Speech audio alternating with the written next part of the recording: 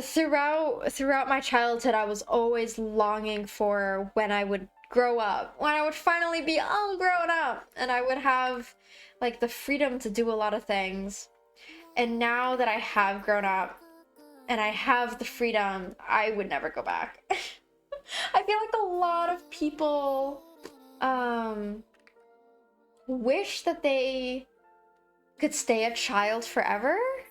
I feel like that's something that I hear a lot about. But I personally have always been of the belief that, like, I would not trade the freedom to make decisions for myself. As much as adult life comes with a fuck ton of worries and problems and pains and all of that, I don't think that I would ever trade it for like blissful ignorance of like being a child. To be honest. And I missed out on a lot when I was a child, but I wouldn't go back. I wouldn't go back.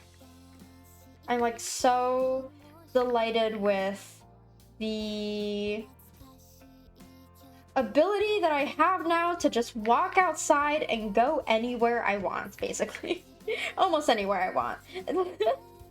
Like, I can go down the street and I have my own income to be able to buy myself some random shit. Like, it's interesting because for me, a lot of like healing from what was not given to me, and okay, that sounds like garbage. That sounds so entitled and stuck up. What I mean is that, like, healing from the trauma of my childhood, because I did not have the easiest of childhoods. My parents were not necessarily the most friendly of the bunch when it came to their parenting styles, but healing from that was also a very interesting grieving process of grieving that lost time. And I think that it's like, it's one of those things that I felt so guilty to do at a certain point, because like you feel like it's not, or you have like this sort of assumption that like, oh, but I didn't actually, like, I didn't lose anybody. I didn't, like, no one died, at least in my case. Like, I didn't experience any like major loss of life in terms of like in my, I don't know, in my family or whatever.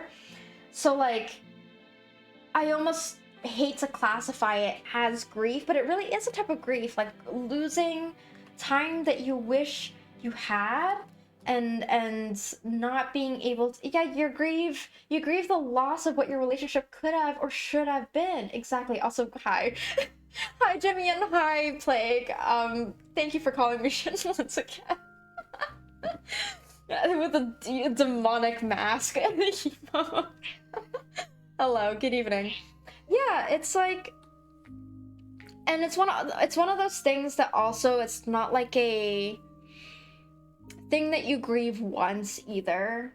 Like, when you lose someone because they passed away, there's an intense grief that comes with that, yes. But at the same time, there is a definitive date, I guess. There's a definitive, like, okay, that person was gone at this time, or like pronounced at this time, or whatever, whatnot. And like, that is, because it hits all at once, it is a heavy and very deeply personal experience that everyone in their life goes through at some point. And like, that is grief. The grief of like, not of like what something should have been, what you wish your childhood was like, what experiences you wish you had, or which experiences you wish you didn't have to go through. That is a grief that is extended over all of the years it takes to heal from that. And it is unique and difficult in its own way, right? So I think a lot a lot of my time growing up, especially in the later years of high school when things were getting worse in my household, and when things were ramping up to me like desperately wanting to like move out for college, and it's part of the reason why I really wanted to like be on campus for college despite the pandemic. So much of that time was spent learning how to deal with that grief and learning like about what had been done to me and why it was wrong and that it wasn't my fault. Like that kind of thing, which is such a harrowing sort of lesson to have to deal with, but like, I don't know. Yeah, it is what it is. But this like comes back to the idea of like that process of healing is also one of my favorite things ever. And it's because of having gone through those experiences. It's purely because of having lived through that I learned to love it so much, because it has brought me to the point in my life here today where I can confidently say that I'm doing great. I'm doing great, and I'm so delighted with the position that I'm in to be able to chat with all of you guys.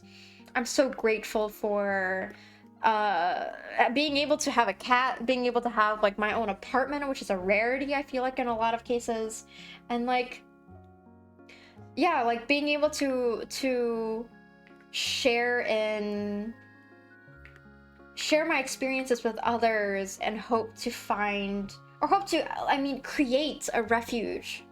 For the longest time I wanted to name like my server, my Discord server, Haven.